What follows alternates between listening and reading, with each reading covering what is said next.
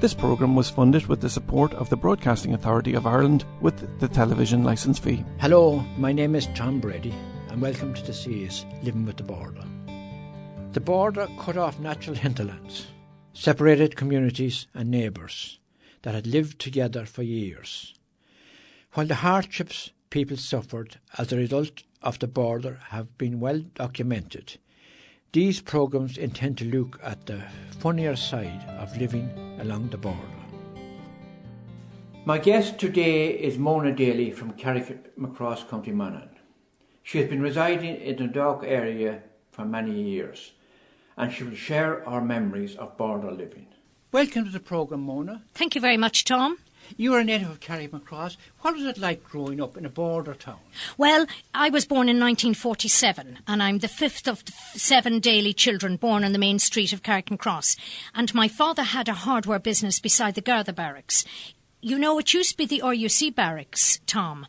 And Frank McNally of the Irish Times did a wonderful piece about my father and a relationship that he had with a fellow called Danny McGovern, whose father was the sergeant in the RUC. And because of cross-border threats and interference, he decided to emigrate to America, and he went in 1922 and Danny became an American citizen. But my father and Danny had formed this friendship and they corresponded and they met each other regularly, and then Danny himself went into uniform, he went into the Air Force and he ended up being a photographer and filmmaker with the Air Force with the Air Force artistic wing, and he was tasked making hundreds of propaganda and training films, and he survived 2 plane crashes, and that man, Danny McGovern, sent comics to the Daly children in Carrickmacross all his life.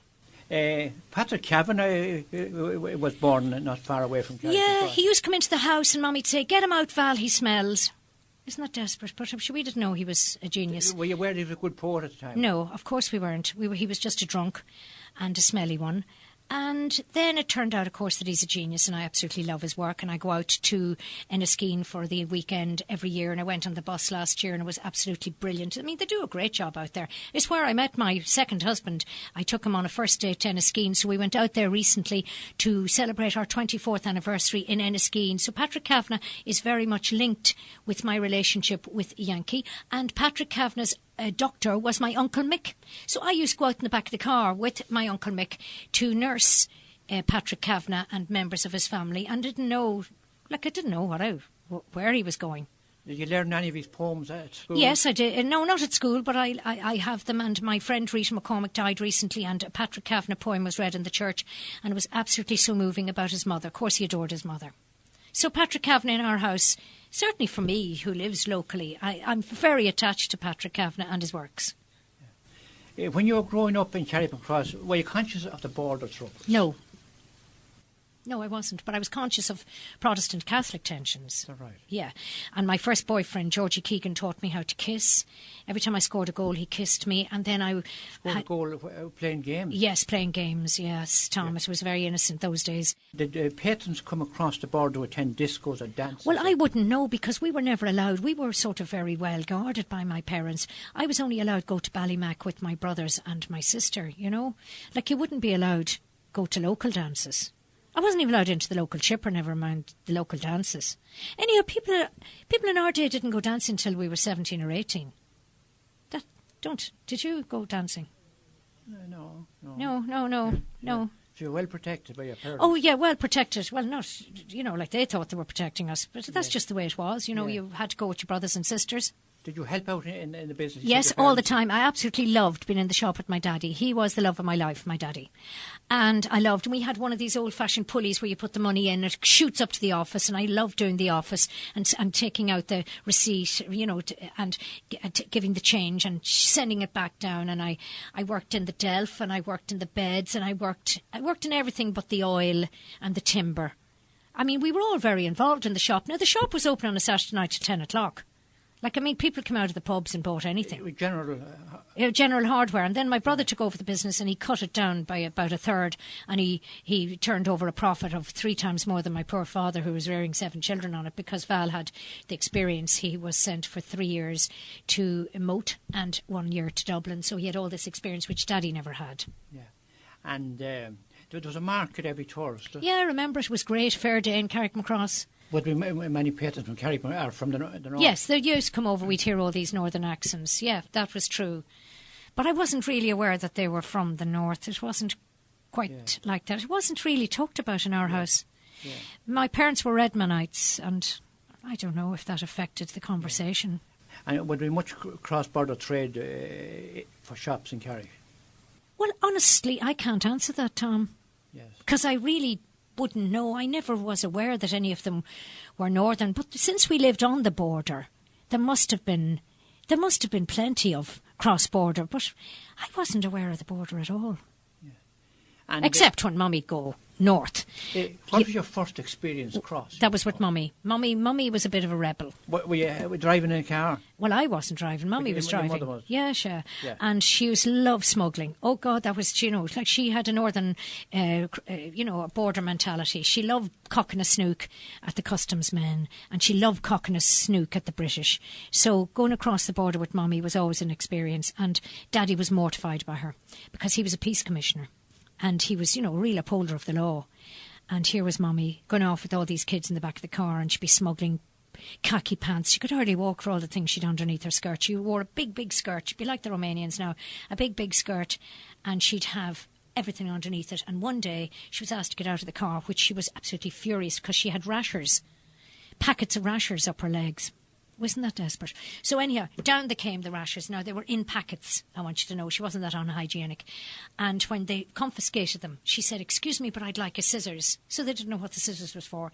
And Mammy cut open the packets, and she cut all the rashers up into little pieces and let them fall on the ground. And she said, "You're not going to enjoy my rashers this evening." So they were a bit annoyed with her, to say the least. And she was taken home in a squad car. And Daddy had to take her out of the squad car. So they seized all They seized everything. Oh, yeah, they seized everything. Well, what town did you go to in the north? We went to Newry. Newry? Newry was the big place that we went to from Carrickmacross, yeah. Oh, yeah. You didn't go to Crossmaglen? No, we didn't go to Crossmaglen, no. But you know the old saying, from Carrickmacross to Crossmaglen, there are more rogues than honest men. Yeah. We were aware that the north was a place where it was another land. It was a foreign country to us. We didn't go on holidays there. We didn't even go sightseeing or touring there. Yeah. Really, we were quite cut off from the north. Yeah. But we have northern accents. Like my father worked in the office and Mummy did the washing. So when they laugh at me in Dublin when I say these things to this day, washing an office, like we have northern twangs. Yeah. But we didn't think of ourselves as northern. But we could have been northern if the line had been different. Of course, it's an Ulster county, man. It's an Ulster county. And I feel quite Ulster. Yeah. Plantation town. Yes. Like, I went to the Louis Convent and, we had a castellated wall and it was the Lord Essex Castle, as you know. In the Louis? In the Louis, yeah. And we were always aware of that history there, yeah. Yeah, It was an Irish-speaking school. The Shirley estate? Oh, yeah, and my uncle was the Shirley doctor. Uncle Mick was Shirley's doctor, and we used to be brought out. And I remember going up the drive, and I remember playing with the Shirley's kids. Yeah, while he was inside. And it was great. Like, we just took that for granted. A big, big house. I didn't think very much about these things. Do you know that? Yeah. You just take them for granted. Just took them for granted. I wish I'd written them all down, Yeah. So now, Mona, we'll take a break. Have you a favourite song? Well, I do, and I'd like to dedicate this to my parents. Either Percy French, anything by Percy French, or else I Dreamt I Dwelt in Marble Halls, because that's what my father and mother both loved, and they used to sing it at the top of their voices when it came on the radio.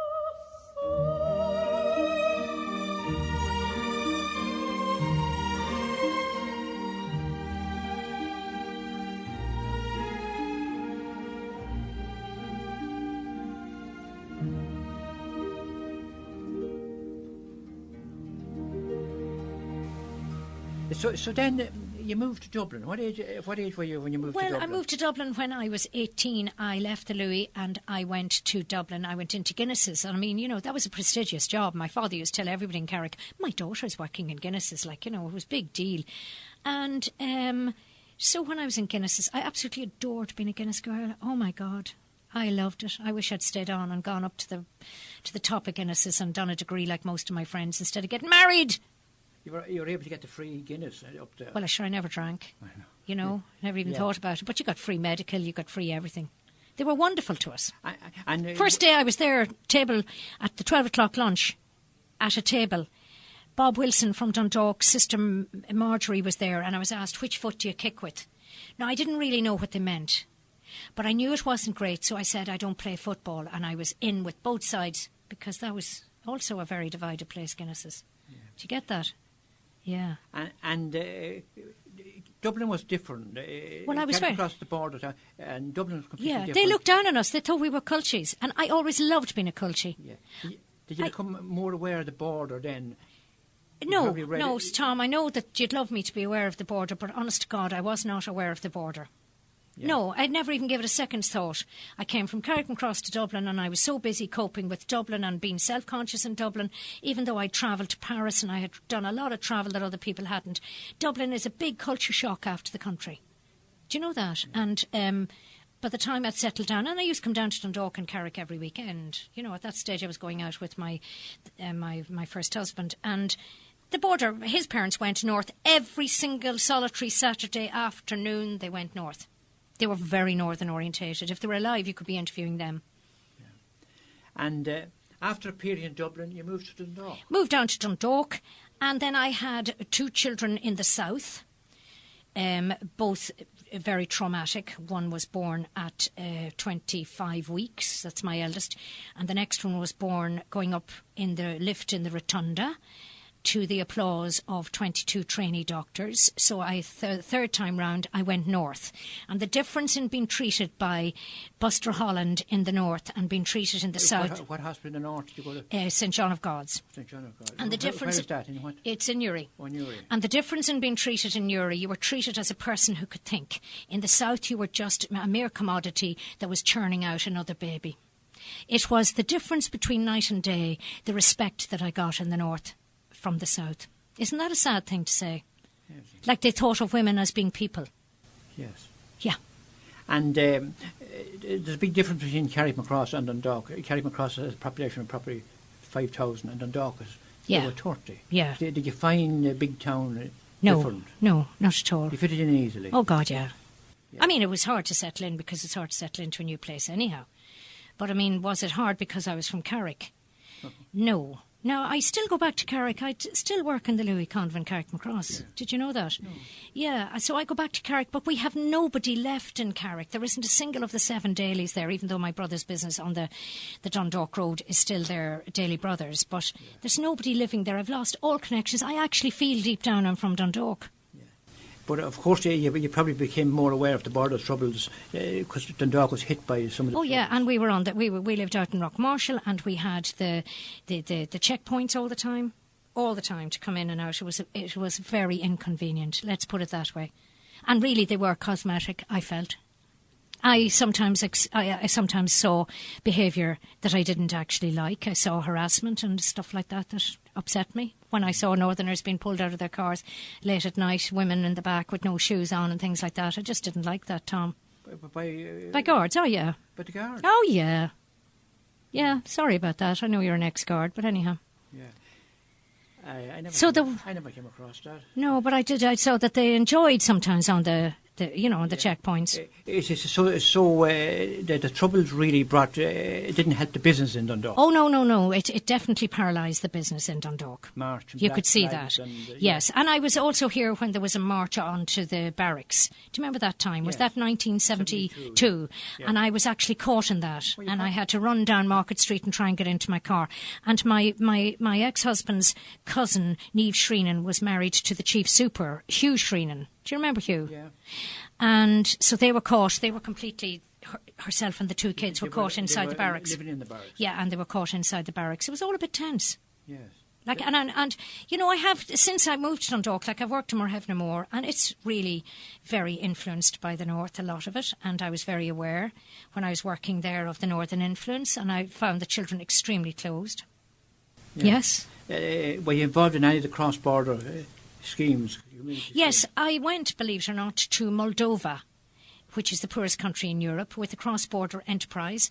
And I went overland through 11 countries to get to Moldova, and there was 2 million worth of equipment, medical equipment, being sent ahead of us. I was a guy from Dromiskin that was he was driving. But the money had been raised in the north.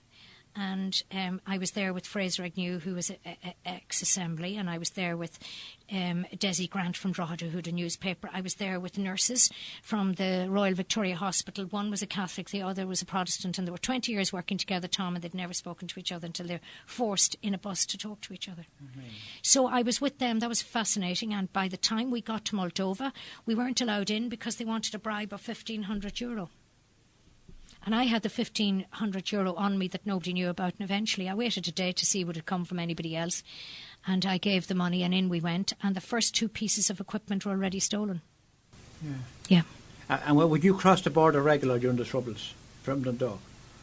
Well, I did, because I was going up to my gynae. Oh, yeah. Now I go up to the north, because I did I went to Queen's for 7 years to an English literature class. I have friends in the north. I go up to Castlewellan. I love the north. I love the people in the north are very, very friendly. I was caught in a march, 12th of July march in the north, and it was the scariest thing. What part of the north? It was in Strabane. Caught in the middle of it? Yeah, caught in the middle of it, and it was not a nice experience. It was very, very, very tense. Were you driving? No, I was walking. I was trying to get to my car again. And, there was a fellow, and he was marching, and he was banging his drum, and he had his little grandchild with him, and the grandchild had the same face as the grandfather, a very intransigent-looking face, and she'd a wee bib in her saying, "I'm a child of no surrender." It's just unbelievable. And to think that Arlene, might be over there negotiating at the moment in this Brexit thing, not in the Brexit, but negotiating with Theresa May about marches in the north again. Yeah. It's very scary. Of course, the marches have been on for the last 400 years. Yes, but they have tradition. But yes, it's a tradition, but it's a tradition that has been curtailed a little bit, and it's a wrong tradition. There should be no marches south or north of the border. They should have been just banned everywhere, because I was in those marches accidentally. And I can tell you, it's more than just tradition. It's pure, bloody, violent hatred. And they shouldn't allow hatred. I thought there was an incitement act in the north. Of course, you have St. Patrick's Day marches in the north too. Well, St. Patrick's Day's march is a celebration. Yeah, now, they may say the other's a celebration, but it's a triumphal. St. Patrick's Day marches aren't about we won the battle. It's got we rid of the snakes, I presume. Yeah. I don't know. I never even had to think about it before, but I know it's not. It's not triumphalism, and then I'm not. If I'm in a Patrick's Day march in Dundalk, I'm not marching down to the Protestant church into the grounds and round to show them that I have supremacy today. So there's no equation. But what I'm saying is, if you ban one, you have to ban them all. Well, why not ban them all if it's going to stop? If I lived in the north in one of those communities and I had those marches and I had my children that I couldn't send to school, I think that's an absolute disgrace. And they're just cowards that they don't stop them altogether. The Good Friday Agreement of 1998 was welcomed and brought peace and prosperity. Well, was that welcomed in Dundalk, the Good Friday Agreement? Of course. It was welcomed everywhere. It helped. It helped businesses. You could see that they started coming down again, and that was a good thing. Cross-border trade was a good thing. And it was easy crossing the border. Oh, it's easy crossing the border. It's no problem. That's why I'd hate a hard Brexit. I mean, none of us want a border again. No. Yeah, it definitely changed things, the peace agreement. But I mean, you know, and I know, it wasn't really a total peace agreement. No, because nothing is. But it definitely had a great... It was a step in the right direction. It was a step in the right direction. It was, and thank God for it.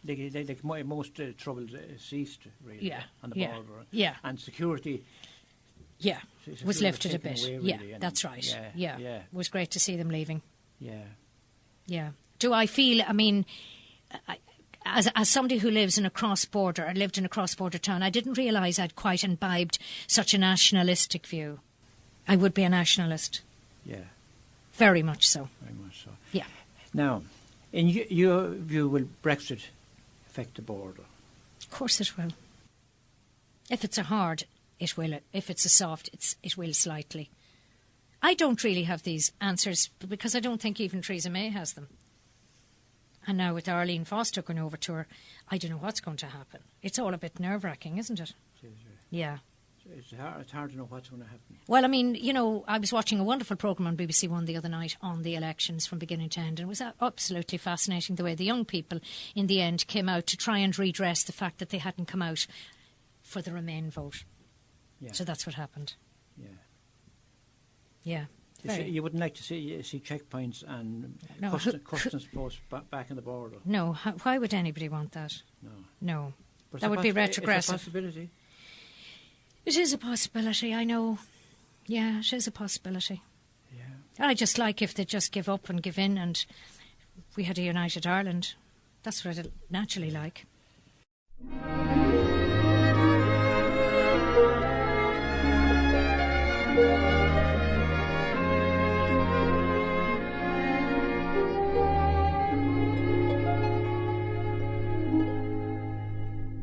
Oh, Mary, this London's a wonderful sight, with the people all working by day and by night. Sure they don't sow potatoes, nor barley, nor wheat, but there's gangs of them digging for gold in the street. At least when I asked them, that's what I was told. So I just took a hand at this digging for gold. But for all that I found there, I might as well be where the mountains of morn sweep down to the sea. There's beautiful girls here, but never mind, with beautiful shapes nature never designed, and lovely complexions, all roses and cream, as O'Loughlin remarked with regard to them same, that if at those roses you venture to sip, sure the colour would all come away on your lip. So I'll wait for my wild rose that's waiting for me, where the mountains of morn sweep down to the sea. You remember young Peter O'Loughlin, of course. Well, he's over here now at the head of the force. I met him today, I was crossing the Strand, and he stopped the whole street with one wave of his hand. And there we stood talking of days that are gone, while the whole population of London looked on. But for all his great powers, he's wishful like me, to be back where dark morn sweeps down to the sea.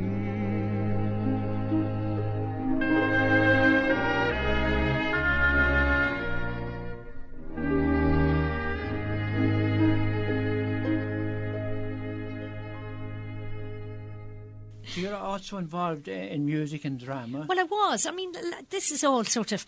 I'm really... I still teach in Youth Reach. You know, I go in for the summer. Is that right? Yeah, and I go to the Louis Convent, and I was down at St Vincent's this year, which I absolutely loved. I get jobs all over the place. I mean, I still get offered work, which I absolutely love. It keeps me feeling connected to the community, which is very important to me because I love Dundalk. And I'm a big defender of Dundalk. If people say, how come you live in Dundalk? I get very defensive. I say, there are wonderful people in Dundalk. It's a wonderful place to live.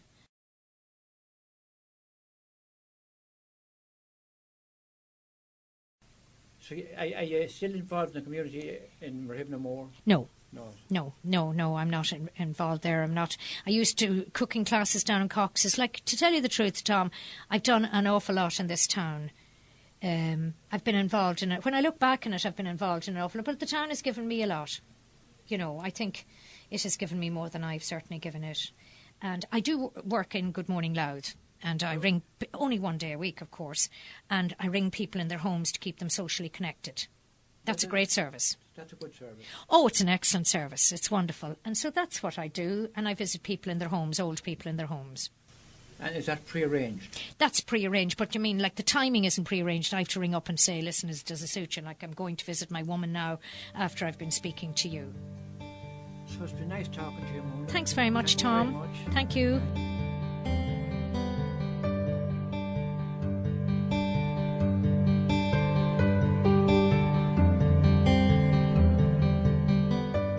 Living with the Border is a series of programmes documenting the life and times of people living and working along the border between the Republic of Ireland and Northern Ireland.